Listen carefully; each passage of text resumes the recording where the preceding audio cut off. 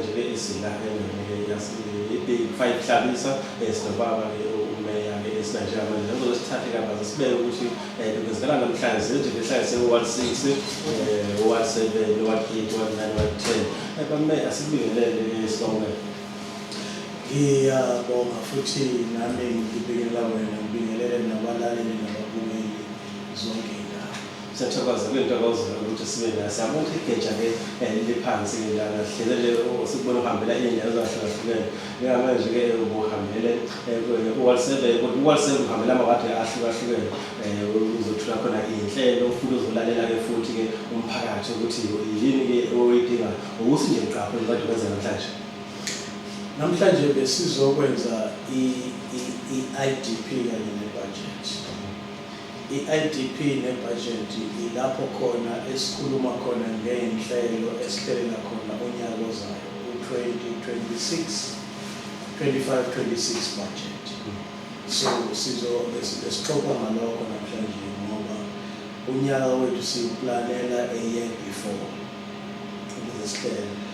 Okunye besizokwenza namhlanje besizokhuluma sizoreporta emphakathini nge-progress, sizoreporta nge-success, sizoreporta nangama-challenges. Kunama-project amaningi-ke akhona lapha that we are grateful ngawo nendlela enze ngawo. Bese kwakhona nalawo ama-project lawo esithola ukuthi sinama-challenges ngawo.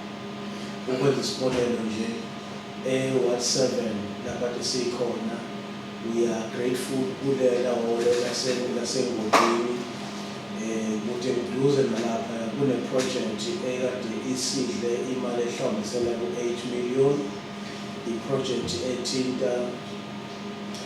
ethinta kwakhiwa kwe-sport field. I-sport field lesiyana senkosinkaniso e-Ward 9 sihamba kahle kakhulu. Njengamanje ziningi izinto ezikhandiwe khona, i-ground, i-combo court, i-grandstand, i-ablution facility. Sifuna ukuyinweba-ke leya project leya iqhubeke ngoba u-phase 1 lowa.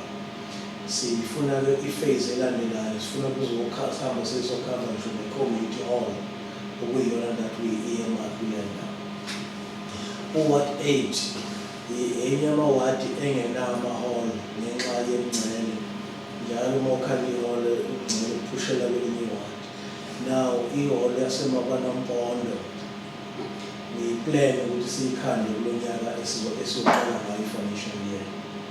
Enye success kade siqedele Ward 8 umgwaqo oyi-gravel road o-3.5 kilometers. Omuhle kakhulu, people were grateful and happy ngawo, so we also happy now.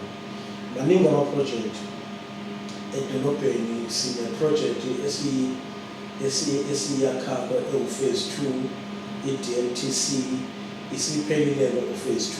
We are now approaching into phase 3. Sizobe sakhe ne-ground khona la edolobheni. The huge sport field esizoba la above 20 million.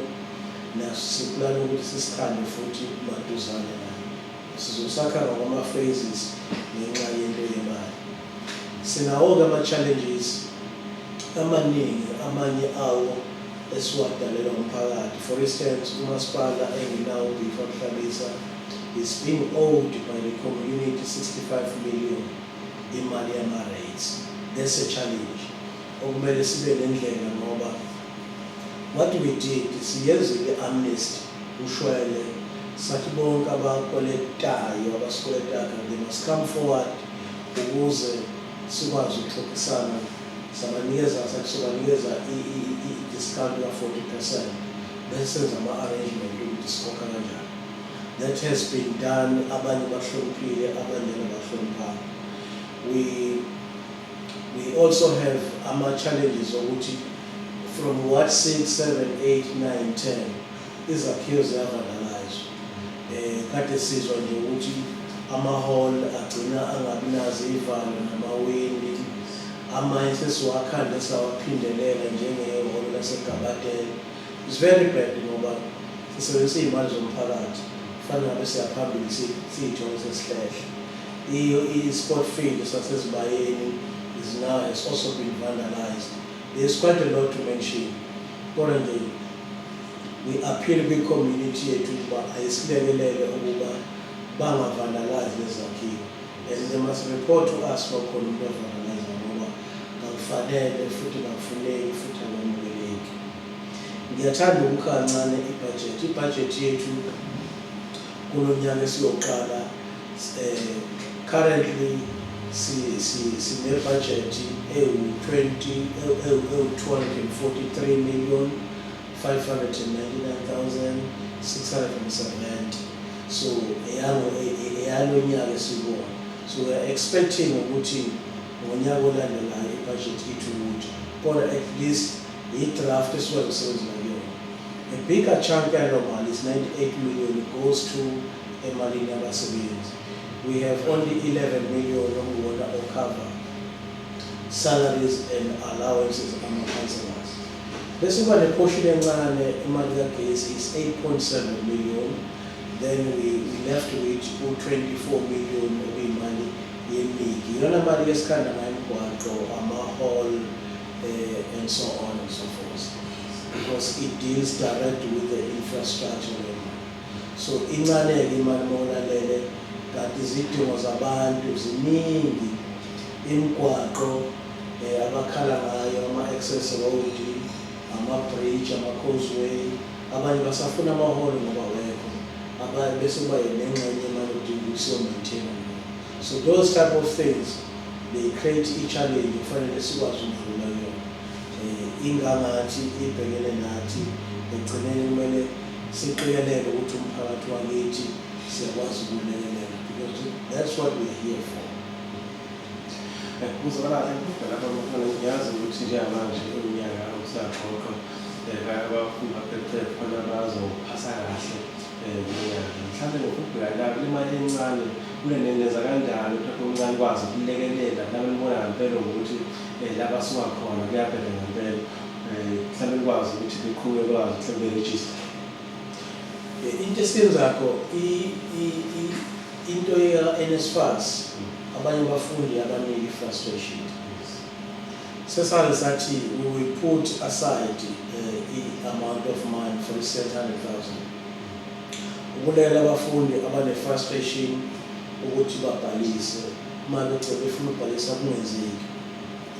Now sithi kulabo abafundi kufanele ba-apply, ama-application azovulwa nje maduzane ukuze ngoJanuwari sifinalize bese siyabona ukuthi obani esibasizakho abanenkinga uma kuwukuthi sebehlulekile ukuthola usizo ku-NSFAS. Abanye esibasizakho abaney'kweletu as more than 3 years. Uthola ukuthi ingane yomfazi ayikwazi ukuthola umsebenzi because certificate sayo is held by institution. At the same time, institution ithi imali phambili indoda ngemuva.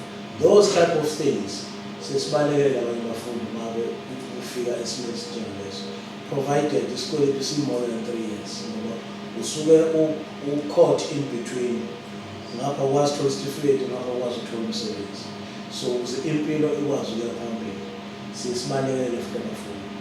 And January, February sobe si-award abafundi abenze kahle grade 12. Sithi-ke the best learner eBigford Hlabisa simnikeze incentive ukumkhuthaza or bashaye bonke emakhanda sibanikeze u-20,000. Sidila ne-top 10 bese kuthi-ke laba u-10 abawu-9 u-10,000 each. So ukhompyutha ama-high schools within eBigford Hlabisa. Senza lowo mcimbi wemkhulu ngenhloso ukukhuthaza bona, sibonga abafundi, sibonge nothisha, because othisha phela nabo baya-contribute and bayinikela ngesikhathi sabo ngoba basebenza ngama-weekend, basebenza after hours ukuqikelela ukuqinisekisa lezi iy'ngane zethu ziza kahle. Beside them as well, bane-role enkulu abayidlalayo empilweni yey'ngane zethu. Kuzwakala asiphezulu ukuthi la sinekhona phambili edolobheni ihlanganeza imicimbi onjengalo bekade wenza namhlanje. Khona kumyene imibuzo ekhona waphamisa ukuthi lapha edolobheni bacela ukuthi bethole izinto zokuyisiza. Lapho sebaphatha abafundi bakwazi ukukhipha ithimba ukuthi liphuthume loo nto leyo ngokukhulu ukushesha lilandele. Mhlawumbe ngokubuka kwakho khona mhlawumbe okubaphambili sebuyile cha kuhamba kanjani? Kwakusedolobheni kwaHlabisa. Into eyenzeka lapha kwaHlabisa, kunomuntu owaye-charge abantu ukungena etoilet u-6 rand, abanye bathi u-6 rand, abanye bathi u-7 rand. What we did, siyitholile inkinga ukuthi inkinga ukuthi a-charge abantu bangaka kwakungamanzi. Uthi naye uthumela abantu bomkhela amanzi ekudeni bese kuba amanzi azowasebenzisa. The problem has been resolved. Siresolvile, umpompi nepipe has been fixed. So imali yokungena edolobheni kwaHlabisa ngokwama-report it's now back to normal ukuthi run. So that has been attended to. Kuzokahle. Asiphethe ngokuthi mhlawumbe ukhulume nabahlali uba ukuchaza kabanzi lapho. Njengoba manje kuyaDisemba ziningi iy'ngozi eziye khona ezinye zidaleka ngamabomu ukuthi usuke sesekudlekile mhlawumbe nje ukudlulisa umlayezo. Siyafisa kakhulu kubahlali kubalaleli base-Bigford Hlabisa ikakhulukazi nakwezinye indawo. We are approaching isikhathi esibhizi samaholidi kaKhisimusi. Ngakho-ke abasiza abantu bakithi ngodaba lophuzo ngoba uphuzo oludakayo olunamandla luyahlupha ngoba umuntu umqondo uyadungeka. So sinxusa ngifisa ukuthi kakhulukazi abantu abasha youth in particular amantombazane. Sebephuza kakhulu ukudlula abantu besilisa. Amantombazane sebephuza kakhulu ukudlula abantu besilisa. Ngakho-ke it's not everywhere kodwa siyanxusa ukuthi bathi ukwehlisa abantu bakithi ngoba umuzi wotshwala awukho amakhiya futhi utshwala. Nokushayela futhi kubi ukuthi uma umuntu esephuzile bese engena emotweni ashayele. Nakho kuhamba ngenyawo udiyazele emgwaqeni ngoba nemoto zokushayisa. So sinxusa lokho ukuthi abantu abayiphathe kahle. 2, iy'moto uqobo lwazo. Sicela abantu basilekelele umphakathi iy'moto zibe sesimeni sokuba semgwaqeni. Imoto into yayo isebenzile ngabe ama-brakes ama-indicator nakonke okunye ukuze ingayidali ingozi. Lezo lesiy'nxusayo.